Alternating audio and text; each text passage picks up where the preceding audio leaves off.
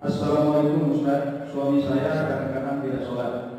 Diajak taklim nggak mau. Sekarang juga nggak mau Ustaz taklim. Akhirnya saya bosan. Saya pasang prinsip lakum dinukum waliyadin. Ustaz, aku masing-masing. Apakah saya berdosa dan apakah saya mesti patuh padanya Ustaz? Terima kasih. Masya Allah, Masya Allah. Nah, iya jemaah. Negeri kita ini, Indonesia ini adalah kumpulan dari rumah-rumah kecil. Rumah-rumah kecil itu terkumpul menjadi RT, menjadi RW, menjadi kelurahan, kecamatan. Dari rumah-rumah kecil menjadi provinsi. Dari rumah-rumah kecil menjadi negeri kita ini. Tadi disebutkan ternyata salah satu penduduk negeri ini nggak sholat. Dia sebagai istri berat. Kewajiban seorang istri yang pertama memperbaiki suaminya. Suaminya itu kan pilihan dia. Dulu juga istri mungkin belum ngaji, mungkin dulu belum sholat, mungkin juga milih suami ini karena ya karena pacaran gitu. Udah jadi nih. Bagaimana sekarang? Perbaikin tetap. Perbaikin suaminya. Kita tahu memang sebagian ulama berpendapat dalam mazhab Hambali bahwasanya yang meninggalkan sholat itu kafir. Sehingga kalau mati tidak disolatin. Ya enak banget dia. Selama hidup gak pernah sholat, setelah mati kita suruh nyolatin dia. Ente. Di Bali itu Masya Allah, di Denpasar ada sebuah masjid Masya Allah. Masjid itu kalau subuh seperti Jumatan ya. Seperti Jumatan. Saya tanya kepada Ustadz Bambang kalau nggak salah di situ. Saya tanya, Ustadz kok bisa rame di sini?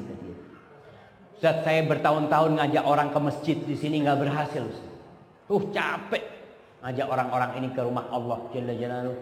Akhirnya suatu hari ada tetangga yang meninggal dunia. Kita datang, kita ngurusin jenazahnya.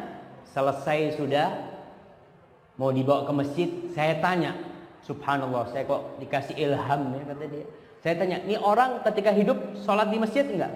Enggak kata dia. Ya sudah, berarti dia nggak mau ke masjid, sholatin di rumah aja. Setelah itu orang yang tidak ke masjid tidak disolatin di masjid. Takut orang-orang. Akhirnya pernah sholat ke masjid. Ya enak banget ini selama hidup nggak pernah ke masjid, dikasih kaki sama Allah nggak pernah ke masjid, kita disuruh gotong dia ke masjid. Akhirnya orang itu tahu diri. Maka tadi nih yang memiliki suami belum sholat ya, diajarin.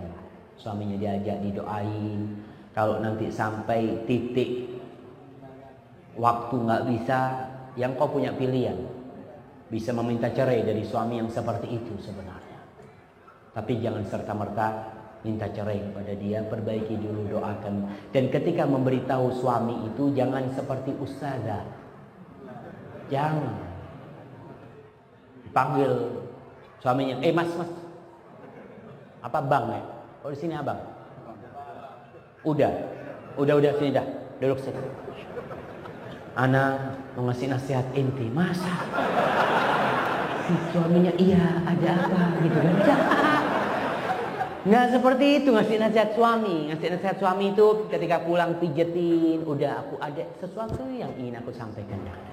Tapi aku mau pijit udah dulu nih, pijat. Terus setelah itu baru sampaikan dengan kata-kata yang indah buat suami. Karena suami itu nggak mau dikasih tahu. Suami itu merasa dia paling pinter di rumahnya. Maka kalau ngasih tahu dengan cara memohon kepada dia.